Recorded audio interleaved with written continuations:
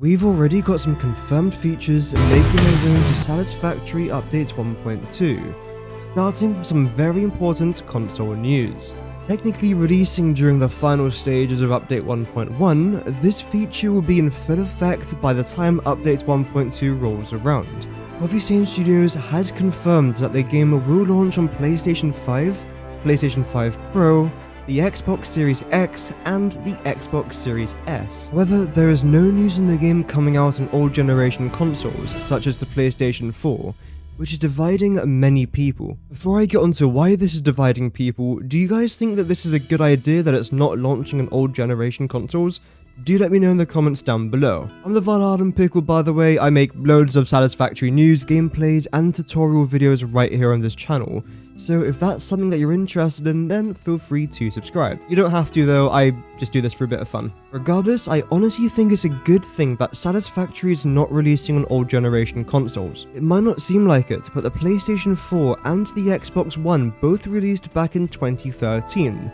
Over 12 years ago, and the tech since then has changed rapidly, so those consoles would not be able to deal with the current stage that Satisfactory is in. We've seen games in the past trying to move their recent games to old generation consoles, and it looks absolutely ghastly.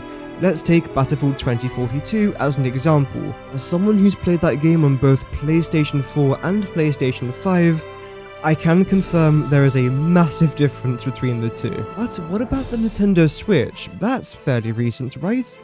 Well, not really, since that was released back in 2017, which is over 7 years ago now. But let's say you're a PC player, you might not think this affects you. Well, I can guarantee it does.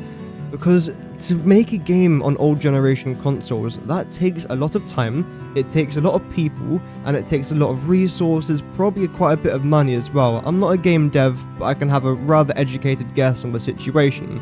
So because they're not releasing on old gen, it means that not only can they polish the game for new generation console players like PlayStation 5, Xbox Series X and S, but they also have more resources to spend to the actual game itself. For example, things like updates or making quality of life changes and improvements for both console and PC. So this is quite a big deal for both console and non-console players. Furthermore, regarding console, we've actually got some rather important news. Firstly, if you're one of the 5 people worldwide that actually owns a PlayStation 5 Pro, you're going to have access to a special option called an enhancement feature. It sounds really fancy, and I suppose in some regard it is, but let me break down what the 3 features actually are, 2 of which all console players get access to, then the enhancement one, again that's more of a PS5 Pro exclusive. So starting with the performance feature, this means that you'll be able to get 60 frames per second most of the time, depending on how big your world is of course, but the graphics will be slightly lowered. This is done to ensure that you get a much smoother performance, hence why it's called performance mode, compared to, let's say, the quality feature. This basically means that you only get 30 frames per second, half of which that you get for performance, but again, as the name suggests, the quality is slightly improved. So would you rather have a smoother gameplay or a better quality gameplay? Personally, I'm a performance player through and through. If I get the opportunity to use quality, I definitely will. But what about the enhancement mode? Well, it sort of combines the two. You get better graphics in the performance mode, but you get 40 frames per second. So it's more frames per second than the quality mode, but it's less in the performance mode. So you basically get to have something a bit in between of the performance and the quality. If you've been playing console games on the PlayStation 5 for a while, this feature is in most games by now. And the release date for console is the 4th of November, so it should be out by the time this video is released. But now let's move over to something that a lot of people are rather concerned about, and that is crossplay. Let's say for example you play on PC, but your friend has a PlayStation or an Xbox. Can you play with that friend on the same save? Nope. However, Xbox and Gameless Station can still play crossplay together, but without PC. Let's move away from consoles now and talk about something else that is confirmed to be coming into Satisfactory Update 1.2, and this did surprise me, it's fluid trucks. For the first time in Satisfactory, trucks can now carry fluids whilst still being in their liquid state. What do I mean by this? Well, of course, before you could just get, let's say, crude oil, package it, then get the packaged crude oil onto a truck, and then transport it that way. As we can see from the new background footage, all you have to do is hook up the fluid to the actual truck station itself, and that is basically it. So let's analyze this trailer in a little bit more depth, starting with the very first image that we are shown of the crude oil extractor.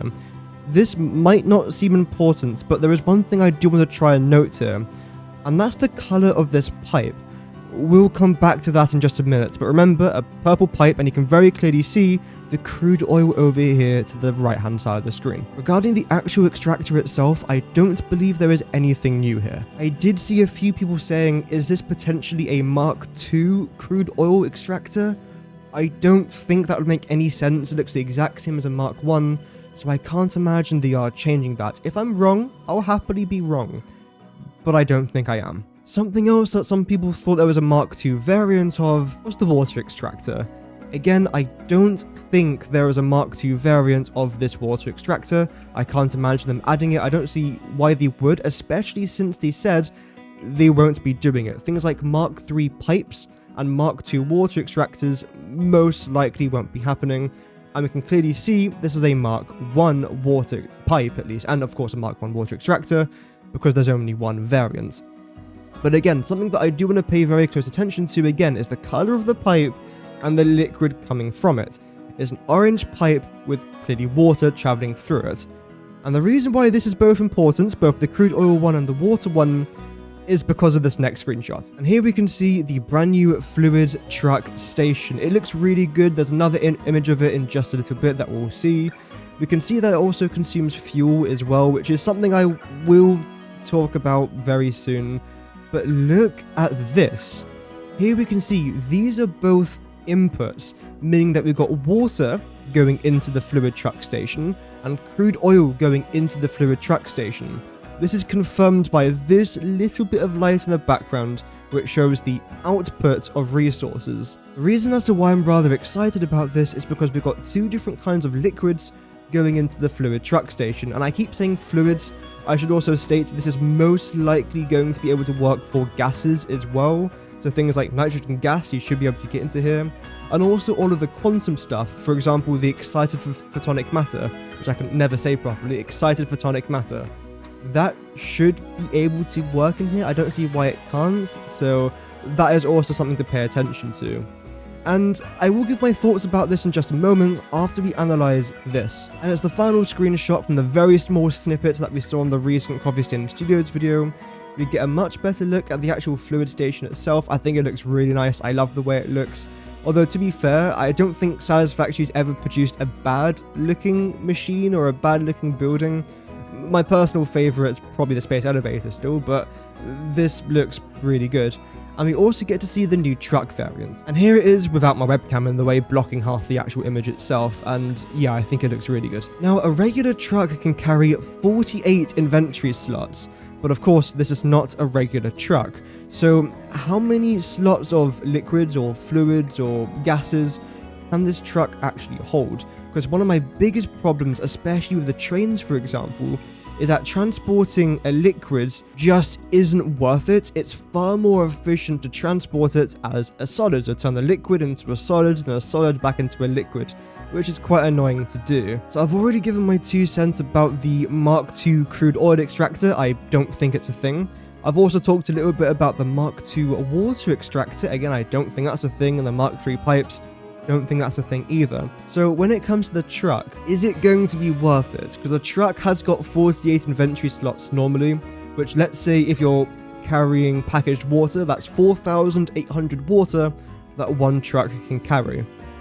Can it carry the equivalent with the fluid tank in it? I don't know. And also regarding trucks and tractors, is the tractor going to have one of these fluids containers on it? I don't think so. I might stand corrected, but I can't imagine a tractor having some sort of fluid container on it. If it does, fantastic, but I'm not going to get my hopes up. And very quickly, the final thing that has been confirmed is player collisions and also RAM improvements.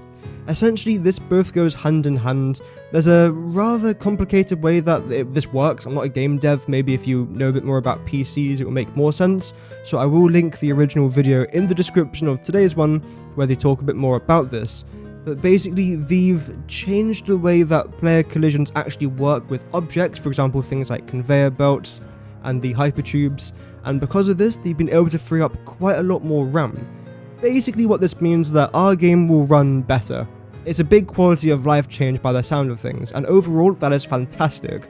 Of course in update 1.1, we didn't really get that many actual new features. What we did get though was a lot of quality of life changes, and things that used to be mods for example, but are now actually in the game itself. In fact, there are quite a few things that Satisfactory 1.2 could be adding into their game, and I will have a video coming out about that in the next week or two potentially. Overall though, I think update 1.2 is looking pretty decent. We haven't got too much tease, so I can't say if it's fantastic just yet, because I haven't yet played it, believe it or not. Regardless though, thank you very much for watching, liking and subscribing. Have an amazing rest of your day, stay safe pioneers, and as always, Godspeed.